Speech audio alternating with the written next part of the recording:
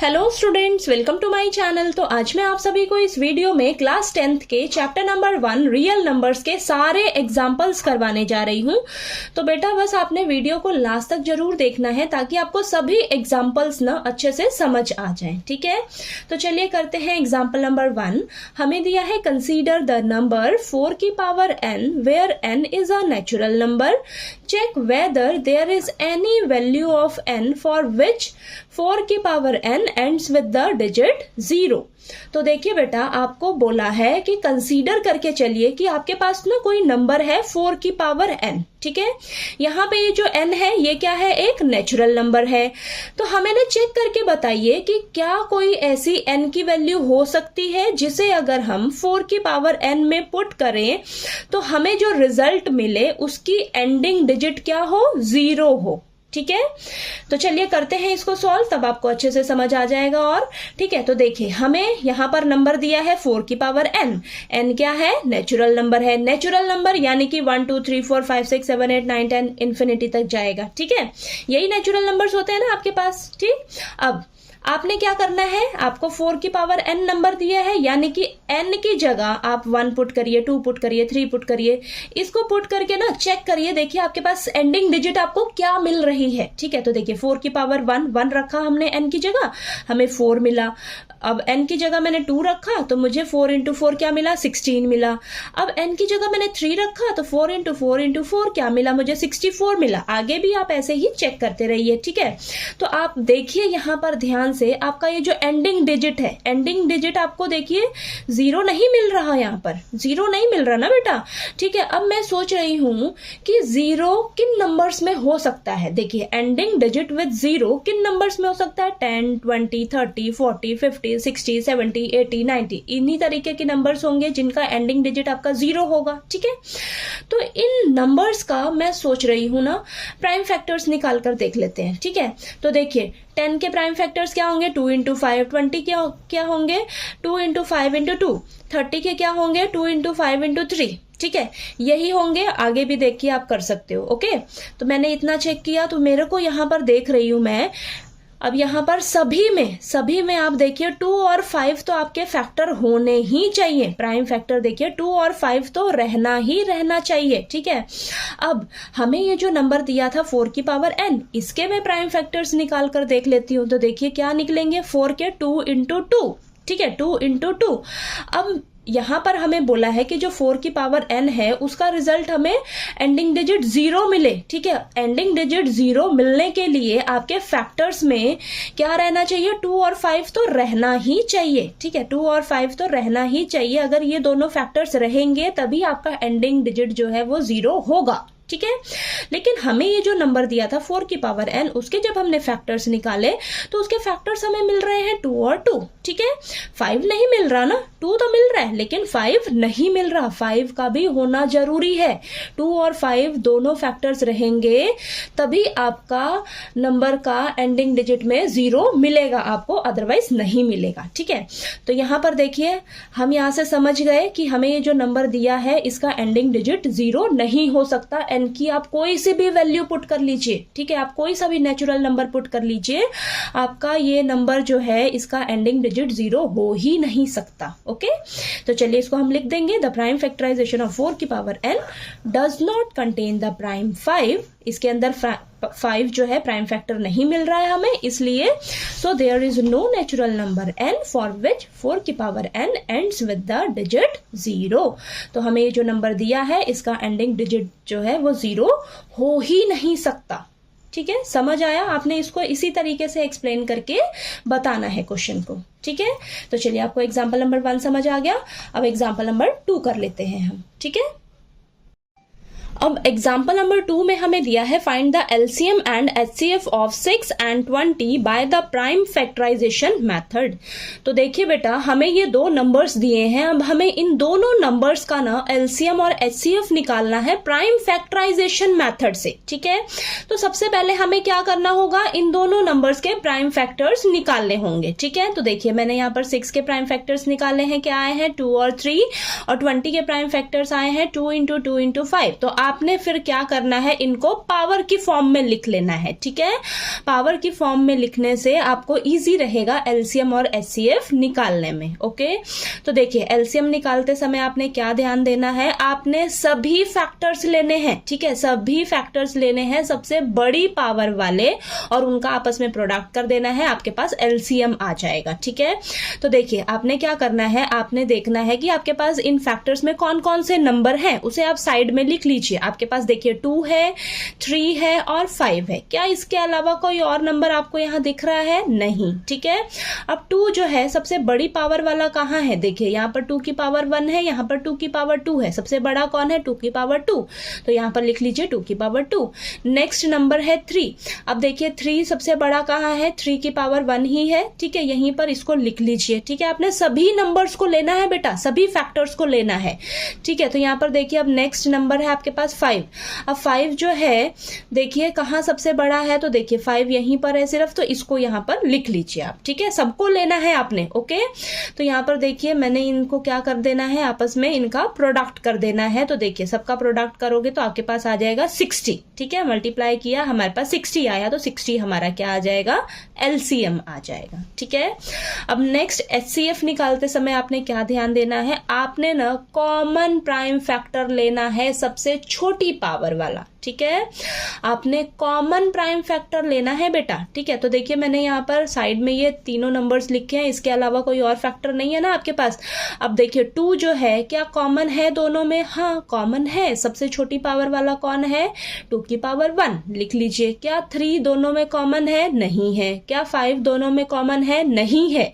तो एचसीएफ निकालते समय आपने कॉमन प्राइम फैक्टर लेना है सबसे छोटी पावर वाला। ओके, तो कॉमन हमारे पास सिर्फ 2 ही है और यहाँ पर 2 की पावर 1 है, यहाँ पर 2 की पावर 2 है। सबसे छोटा कौन है? 2 की पावर 1, तो यहाँ पर लिख लीजिए 2 की पावर 1। तो आपका एचसीएफ क्या निकल कर आ जाएगा? 2 आ जाएगा। ठीक है, समझ आया आपको एग्जाम्पल नंबर 2? आपके पास कोई सा भी यहाँ पर 2 नंबर्स दे सकते हैं, तो आपने सबसे पहले उनके प्राइम फैक्टर्स निकालने हैं, उनको पावर की फॉर्म में लिख लेना है। ठीक है, फिर आपने उनका एलसीएम और एचसीएफ निकालना है। ठीक है, इस तरीके से। ओके, चलिए अब एग्जाम्पल नंबर 3 करते हैं। नेक्स्ट एग्जाम्पल नंबर 3 में हमें दिया है find the HCF of 96 and 404 by the prime factorisation method, hence find their LCM. तो देखिए बेटा हमें ये 2 नंबर्स दिए हैं, हमें इनका एचसीएफ निकालना है प्राइम फैक्टराइजेशन मेथड से, फिर हमें इसका एलसीएम भी निकाल कर बताना है। ठीक है, तो देखिए सबसे पहले आपको ये जो 2 नंबर्स दिए हैं इनका आप प्राइम फैक्टर फाइंड आउट करोगे। ठीक है, तो यहाँ पर मैंने 96 के प्राइम फैक्टर्स निकाले हैं। देखिए तो यहाँ पर लिख लेने हैं आपने और उसको पावर की फॉर्म में लिख लेना है। ठीक है, देखिए यहाँ पर 2 जो है वो 5 टाइम्स है, तो 2 की पावर 5 आ जाएगा और 3 एक ही बार है, तो 3 की पावर 1 लिख लीजिए। ओके, नेक्स्ट नंबर है 404, तो यहाँ पर मैंने इसके प्राइम फैक्टर्स निकाले हैं। तो देखिए 2 कितनी बार है? 2 टाइम्स है, तो 2 की पावर 2 और 101 एक बार है, तो उसको इस तरीके से लिख लीजिए। ठीक है, अब हमें क्या करना है, इसका एचसीएफ निकालना है सबसे पहले। तो एचसीएफ निकालते समय आपको मैंने क्या बोला है ध्यान रखने के लिए, आपने कॉमन प्राइम फैक्टर लेना है बेटा। ठीक है, कॉमन प्राइम फैक्टर लेना है सबसे छोटी पावर वाला। ओके, तो देखिए यहाँ पर कॉमन क्या दिख रहा है आपको? 2 कॉमन दिख रहा है मुझे दोनों में। ठीक है, और सबसे छोटी पावर वाला कौन है? यहाँ पर देखिए 2 की पावर 5 है, यहाँ पर 2 की पावर 2 है, तो छोटा कौन है? 2 की पावर 2। ओके, तो देखिए 2 की पावर 2 आपका आंसर हो जाएगा, इसके अलावा कुछ और कॉमन है ही नहीं बेटा। ठीक है, तो 2 की पावर 2 यानी कि 2 × 2 4। ठीक है, 4 आपका क्या हो जाएगा? एचसीएफ। ओके, अब हमें एलसीएम निकालना है। एलसीएम निकालने के लिए हम इस फॉर्मूले का यूज करेंगे यहाँ पर। ठीक है, तो फॉर्मूला क्या होता है हमारा? LCM into HCF is equal to product of 2 numbers. ठीक है, तो देखिए एलसीएम हमें निकालना है, उसको एज इट इज रखिए। एचसीएफ आपने अभी अभी निकाला है 4। Okay, is equal to 2 numbers आपके कौन कौन से हैं? 96 और 404, उनका इधर प्रोडक्ट कर लीजिए। ओके, अब हमें एलसीएम निकालना है, उसके साथ 4 मल्टीप्लाई में है, तो 4 को आप इस साइड ले आइए, डिवाइड में हो जाएगा। ठीक है, तो यहाँ पर देखिए कैंसिल करिए, ये कैंसिल होके यहाँ पर 101 आएगा, तो 96 और 101 बचा। इन दोनों को आपस में जब आप मल्टीप्लाई करोगे तो आपके पास क्या आएगा मल्टीप्लाई करके? 9696। ठीक है, ये आएगा आपके पास। ओके, तो ये आपका क्या हो जाएगा, एलसीएम आ जाएगा। ठीक है, चलिए एग्जाम्पल नंबर 3 समझ आ गया। नेक्स्ट एग्जाम्पल नंबर 4 कर लेते हैं अब हम। ठीक है, नेक्स्ट एग्जाम्पल नंबर 4 में हमें दिया है find the HCF and LCM of 6, 72 and 120 using the prime factorisation method. ठीक है, तो यहाँ पर देखिए आपको 3 नंबर्स दिए हैं। इन तीनों नंबर्स का आपको क्या करना है, एचसीएफ निकालना है और एलसीएम निकालना है प्राइम फैक्टराइजेशन मेथड से। ठीक है, तो फटाफट से हम क्या करेंगे, इन तीनों नंबर्स के प्राइम फैक्टर्स निकाल लेंगे। ठीक है, तो यहाँ पर देखिए मैंने प्राइम फैक्टर्स निकाले हैं। 6 के प्राइम फैक्टर्स क्या आए हैं, 2 और 3।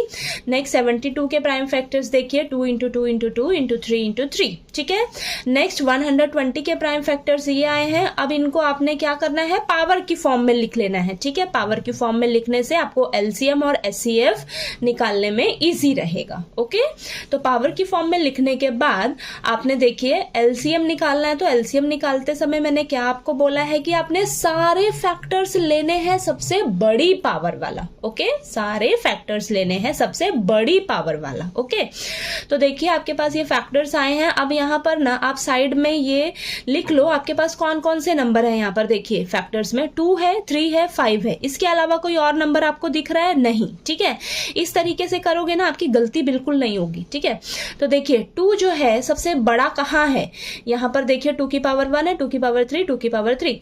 तो देखिए सबसे बड़ा वाला लीजिए और यहाँ पर लिख लीजिए 2 की पावर 3। अब नेक्स्ट नंबर क्या है, 3। सबको लेना है आपने एलसीएम में, सबको लेना है। तो 3 देखिए सबसे बड़ी पावर वाला कहाँ है, 3 की पावर 2 सबसे बड़ा है। 5 देखिए कहाँ है, 5 यहाँ पर है, लिख लीजिए। ओके, तो देखिए अब इन सबको मल्टीप्लाई कर दीजिए तो आपके पास आंसर निकल कर आ जाएगा, एलसीएम आ जाएगा 360। ठीक है, आगे एलसीएम। अब हम एचसीएफ निकालेंगे। तो एचसीएफ निकालते समय आपने क्या ध्यान देना है, आपने कॉमन प्राइम फैक्टर लेना है बेटा। ठीक है, कॉमन प्राइम फैक्टर लेना है सबसे छोटी पावर वाला। ओके, तो देखिए अब कॉमन कहाँ है, देखिए इसमें 2 जो है देखिए क्या कॉमन है, तीनों में क्या 2 कॉमन है, हाँ कॉमन है। सबसे छोटी पावर वाला कौन है, 2 की पावर 1, लिख लीजिए। नेक्स्ट नंबर क्या है, 3। तो 3 देखिए सबसे छोटी पावर वाला, पहले 3 देखिए कॉमन है क्या, तीनों में देखिए कॉमन है, हाँ कॉमन है। तो सबसे छोटी पावर वाला कौन है, 3 की पावर 1, तो लिख लीजिए। नेक्स्ट 5 है नंबर आपके पास, क्या देखिए 5 आपका तीनों में कॉमन है, नहीं 5 कॉमन नहीं है, इसको छोड़ दीजिए। ठीक है, तो आपके पास ये दोनों कॉमन है, सबसे छोटी पावर वाला हमने ले लिया। अब 2 और 3 को आपस में प्रोडक्ट कर दीजिए, इनका प्रोडक्ट क्या आ जाएगा आपके पास, 6। तो आपका एचसीएफ क्या निकल जाएगा, 6 एचसीएफ आ जाएगा। ठीक है, एग्जाम्पल नंबर 4 हो गया। चलिए एग्जाम्पल नंबर 5 कर लेते हैं। ठीक है, अब एग्जाम्पल नंबर 5 में हमें दिया है प्रूव दैट √3 इज इर्रेशनल। ठीक है, तो हमें ना इसे इर्रेशनल नंबर प्रूव करके दिखाना है। ठीक है, तो अगर आपके पास कोई सा भी इस तरीके से नंबर आ जाए और उसे बोला जाए कि इर्रेशनल नंबर प्रूव करके दिखाओ, तो हमें क्या करना होगा, कॉन्ट्राडिक्शन मेथड का यूज करना होगा। ठीक है, इस मेथड में ना हम इसका बिल्कुल उल्टा करते हैं। ठीक है, हमें यहाँ पर क्या प्रूव करना है कि ये जो हमारा नंबर है ये इर्रेशनल नंबर है। ठीक, लेकिन हम इस मेथड में क्या करते हैं, हम इसे प्रूव करेंगे कि ये जो हमें नंबर दिया है ये हमारा रैशनल नंबर नहीं है। तो अगर हमने ये प्रूफ करके दिखा दिया कि ये हमारा नंबर जो है रैशनल नंबर नहीं है, तो ऑटोमेटिकली ये क्या कहलाएगा, आपका एक इर्रेशनल नंबर ही तो कहलाएगा। ठीक है, समझ आई बात।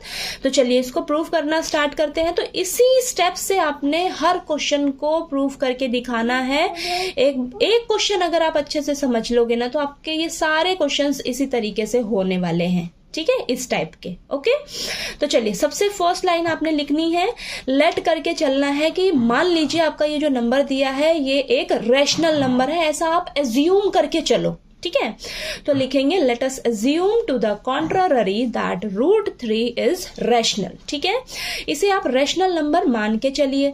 अब हमें पता है कि जो रैशनल नंबर्स होते हैं वो p/q की फॉर्म में होते हैं, तो हम √3 को a/b लिख सकते हैं। आप इसे p/q लिखकर भी इसको फर्दर कर सकते हो सॉल्व, ठीक है। तो यहाँ पर मैंने p बाई क्यू की जगह a अपॉन b ले लिया है, ओके। तो √3 को हम लिख सकते हैं a अपॉन b, क्योंकि हमारा जो रैशनल नंबर्स होते हैं वो p अपॉन q की फॉर्म में होते हैं, ठीक है। तो हम √3 को a अपॉन b लिख सकते हैं। यहाँ जो a और b है ये क्या है, हमारे को प्राइम्स हैं। को प्राइम्स का मतलब a और b का 1 के अलावा कोई और दूसरा फैक्टर नहीं है, ठीक है। a और b को सिर्फ 1 ही डिवाइड कर सकता है, 1 के अलावा कोई और डिवाइड नहीं कर सकता है a और b को, ओके। तो देखिए अब आगे इसको आपने थोड़ा सा सॉल्व करना है। b डिवाइड में है, ये इधर जाएगा तो मल्टीप्लाई में हो जाएगा, ठीक है, ये आ गया। नेक्स्ट आपने क्या करना है, स्क्वायरिंग बोथ साइड्स करना है। स्क्वायरिंग किया तो √3 इंटू बी का whole square is equal to a square. तो रूट से तो स्क्वायर कैंसिल हो जाएगा, तो आपके पास आएगा 3b square is equal to a square. तो यहाँ से आप क्या समझ रहे हो इस इक्वेशन से? इस इक्वेशन से मैं ये समझ रही हूं कि ये जो a स्क्वायर है इसको 3 डिवाइड कर सकता है कि नहीं? इसको डिवाइड करने वाले नंबर इधर होंगे, ठीक है। अगर ये a स्क्वायर जो है ये 3 से डिवाइड हो सकता है, यहाँ से मैं समझ रही हूँ, यानी कि हम यहाँ पर लिखेंगे a square is divisible by 3। अगर a स्क्वायर डिविजिबल बाय 3 है तो a भी तो आपका डिविजिबल होगा 3 से, ठीक है। तो यहाँ से मैं क्या समझ रही हूँ कि a का 3 भी कॉमन फैक्टर है, ठीक है, 3 भी फैक्टर है। तो यहाँ पर नेक्स्ट लाइन में आपने क्या लिखना है, so we can write a की जगह आप क्या लिख सकते हो, 3c, क्योंकि a का 3 भी कॉमन फैक्टर आ रहा है। c क्या है, यहाँ पर इंटीजर है, ठीक है। तो a की जगह मैं लिखूंगी 3c। तो अब हम क्या करेंगे, इस इक्वेशन में ना a की जगह 3c पुट करेंगे तो देखिए क्या आ जाएगा आपके पास, 3b square is equal to 3c square, ठीक है, ये आ गया। अब इसको थोड़ा सा सॉल्व कर लेते हैं। तो देखिए यहाँ पर आपके पास 3b square is equal to 9c square आएगा ना, तो 3 और 9 कैंसिल हो जाएगा, तो यहाँ पर आपके पास बचेगा b square is equal to 3c square. तो इस इक्वेशन से मैं क्या समझ रही हूँ, इस इक्वेशन से मैं ये समझ रही हूँ कि b स्क्वायर को डिवाइड करने वाला नंबर इधर होगा, यानी कि b स्क्वायर को 3 डिवाइड कर सकता है, ठीक है। तो यहाँ पर हम लिखेंगे b square is divisible by 3, यानी कि b is also divisible by 3, ठीक है। तो यहाँ से देखिए ये फर्स्ट और सेकेंड इक्वेशन से मैं क्या समझ रही हूं कि a और b को 3 भी डिवाइड कर रहा है, लेकिन हम स्टार्टिंग में मान कर चले थे कि जो a और b है उसको 1 के अलावा कोई और दूसरा नंबर डिवाइड नहीं कर सकता बेटा, ठीक है। तो यहाँ तो देखिए कॉन्ट्राडिक्शन अराइज हो गई, ठीक है। जैसा हम मान कर चल रहे थे इसका बिल्कुल उल्टा हो रहा है, ठीक है। यानी कि a और b का हम मान कर चले थे 1 के अलावा कोई और दूसरा कॉमन फैक्टर नहीं हो सकता, लेकिन a और b का 1 के अलावा 3 भी कॉमन फैक्टर हमें मिल रहा है, ठीक है। a और b को 3 भी डिवाइड कर रहा है, ठीक। तो ये कॉन्ट्राडिक्शन क्यों अराइज हुई, हमारी गलत एजम्पशन की वजह से। हम ये जो स्टार्टिंग में मान कर चले थे कि हमारा ये जो √3 है एक ये रैशनल नंबर है, ये जो हमारी कॉन्ट्राडिक्शन अराइज हुई है ये हमारी गलत एजम्पशन की वजह से अराइज हुई है, ठीक है। तो यानी कि अगर ये हमारा √3 जो है रैशनल नंबर ये हमारा नहीं हो सकता, अगर ये रैशनल नंबर नहीं होगा तो ऑटोमेटिकली क्या होगा, ये एक इररेशनल नंबर कहलाएगा, ओके। तो चलिए इसको आपने ऐसे अच्छे से लिखकर मेंशन करना है। तो देखिए लिखना है आपने, therefore a and b have at least 3 as a common factor, a और b का 3 भी कॉमन फैक्टर आ रहा है आपके पास, ठीक है। But this contradicts the fact that a and b have no common factor other than 1, ठीक है। ये कॉन्ट्राडिक्ट किसे कर रहा है कि हमने ये जो स्टार्टिंग में माना था कि a और b का 1 के अलावा कोई और दूसरा कॉमन फैक्टर नहीं है, ठीक है। So this contradiction has arisen. तो ये कॉन्ट्राडिक्शन क्यों अराइज हुई, because of our incorrect assumption that √3 is rational, okay. So we can conclude that √3 is irrational। तो हमें कंक्लूजन क्या मिला कि जो हमारा √3 है ये एक irrational नंबर है, ठीक है। समझ आया आपको? इसी तरीके से आपने किसी भी क्वेश्चन को अटेम्प्ट करना है, अगर आपको मिल जाए कि हाँ इसे प्रूव करके दिखाइए कि ये हमारा irrational नंबर है, ओके। तो चलिए अब हम करते हैं इसका एग्जाम्पल नंबर 6, ओके। अब एग्जाम्पल नंबर 6 में हमें दिया है show that 5 minus √3 is irrational. तो देखिए हमें इस नंबर को इरेशनल नंबर प्रूव करके दिखाना है, फिर से हम कॉन्ट्राडिक्शन मेथड का यूज करेंगे, ठीक है। तो ये तो और भी इजी है, ठीक है। तो इस तरीके के क्वेश्चन को आपने क्या करना होगा, देखिए यहाँ पर ये जो रूट वाला जो भी नंबर होगा ना उसे आपने एक तरफ रखना है और बाकी सभी को आपने दूसरी तरफ लेकर जाना है। क्यों? क्योंकि हमें पता है जो रूट वाले नंबर्स होते हैं वो क्या होते हैं, एक इरेशनल नंबर होते हैं, ठीक है। तो चलिए हम कॉन्ट्राडिक्शन मेथड का यूज करने वाले हैं। तो सबसे पहले हम क्या लिखेंगे, first line, let us assume to the contrary that 5 minus root 3 is rational. तो हम मानकर चलेंगे ये जो हमारा नंबर है ये क्या है, रैशनल नंबर है, ठीक है। यानी कि इसे हम p बाई क्यू की फॉर्म में लिख सकते हैं, ठीक है। रैशनल नंबर हमारे p बाई क्यू की फॉर्म में होते हैं। तो 5 माइनस रूट 3 को हम a अपॉन b की फॉर्म में लिख सकते हैं। यहाँ हमारा जो a और b है ये क्या है, को प्राइम्स है, ठीक है। अब मैंने क्या बताया आपको कि जो रूट वाला नंबर होगा उसे आपने एक तरफ रखना है, ठीक है, बाकी सभी को आपने एक तरफ रख लेना है। तो रूट 3 मुझे माइनस में दिख रहा है, मैं इसको ही शिफ्ट कर लेती हूँ इस तरफ, तो ये प्लस का हो जाएगा और a अपॉन b को मैं इस तरफ ले आती हूँ, तो ये a अपॉन b प्लस का है तो ये माइनस का हो जाएगा, ठीक है। ये समझ आया ये वाला स्टेप कैसे किया है, इसको मैंने इधर शिफ्ट किया और इसको मैंने इधर शिफ्ट किया, तो साइन चेंज हो जाएगा, ओके। तो यहाँ पर देखिए मैंने एलसीएम लिया है, तो यहाँ पर आ जाएगा आपके पास 5b minus a upon b is equal to root 3। अब हमें पता है कि ये जो रूट 3 होता है ये एक इरेशनल नंबर होता है और ये सभी आपके क्या है, इंटीजर्स हैं, तो ये हमारे क्या है, रैशनल नंबर्स हैं। और हमें ये भी पता है कि कभी भी इरेशनल नंबर रैशनल नंबर के इक्वल नहीं होते हैं ना। लेकिन यहाँ पर मुझे दिख रहा है कि जो इरेशनल नंबर है वो रैशनल नंबर के इक्वल बता रहा है, ठीक है, लेकिन ये गलत है बेटा, ठीक है। अब ये गलत क्यों हुआ हमारा, ये हमारी गलत एजम्पशन की वजह से, ठीक है। ये कॉन्ट्राडिक्शन क्यों अराइज हुई, हमारी गलत एजम्पशन की वजह से। हम स्टार्टिंग में मान कर चले थे कि ये जो हमारा नंबर है ये एक रैशनल नंबर है, ठीक है। ये हमारा रैशनल नंबर नहीं हो सकता। अगर ये रैशनल नंबर नहीं हो सकता तो ये क्या होगा, इरेशनल नंबर होगा, ठीक है। तो चलिए इसको लिख कर देखते हैं।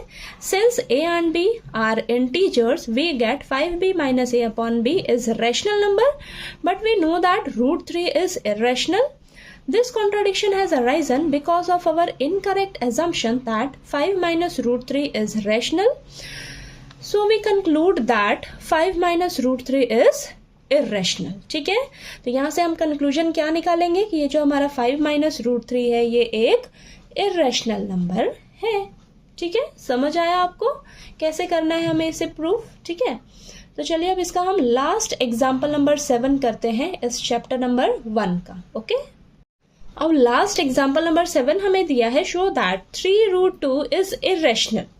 तो हमें इसे इरेशनल नंबर प्रूफ करके दिखाना है, हम कॉन्ट्राडिक्शन मेथड का यूज करेंगे, ठीक है।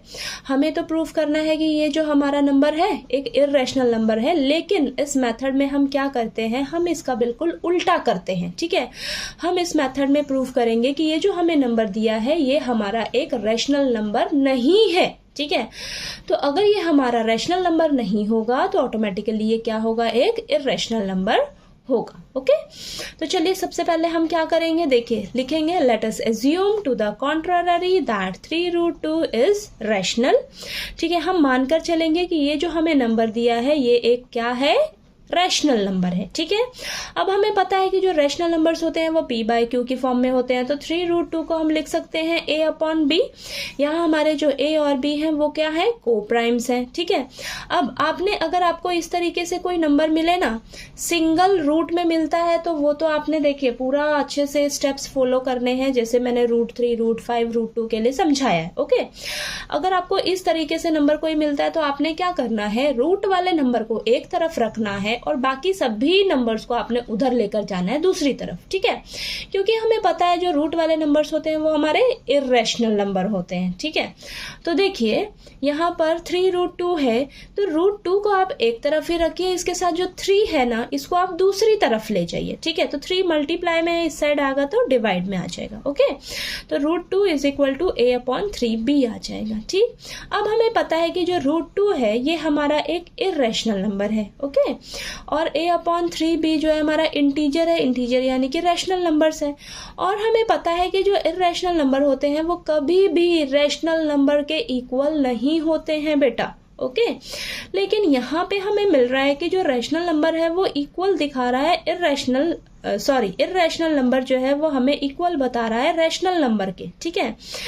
अब ये जो कॉन्ट्राडिक्शन अराइज हुई है, हमें पता है ये दोनों एक दूसरे के इक्वल नहीं हो सकते, लेकिन यहाँ पर इक्वल आ रहा है, ठीक है। ये गलत है, ये एक दूसरे के इक्वल हो ही नहीं सकता, ठीक है, इक्वल नहीं हो सकते, क्योंकि कभी भी रैशनल नंबर के इक्वल नहीं होते हैं बेटा, ओके। तो ये जो कॉन्ट्राडिक्शन अराइज हुई है ये हमारी गलत एजम्पशन की वजह से अराइज हुई है, ठीक है। हम स्टार्टिंग में मानकर चले थे कि ये जो हमारा नंबर है ये एक रैशनल नंबर है, ये हमारा रैशनल नंबर नहीं हो सकता। अगर ये हमारा रैशनल नंबर नहीं हो सकता तो ऑटोमेटिकली क्या कहलाएगा, ये एक इर्रेशनल नंबर कहलाएगा, ठीक है।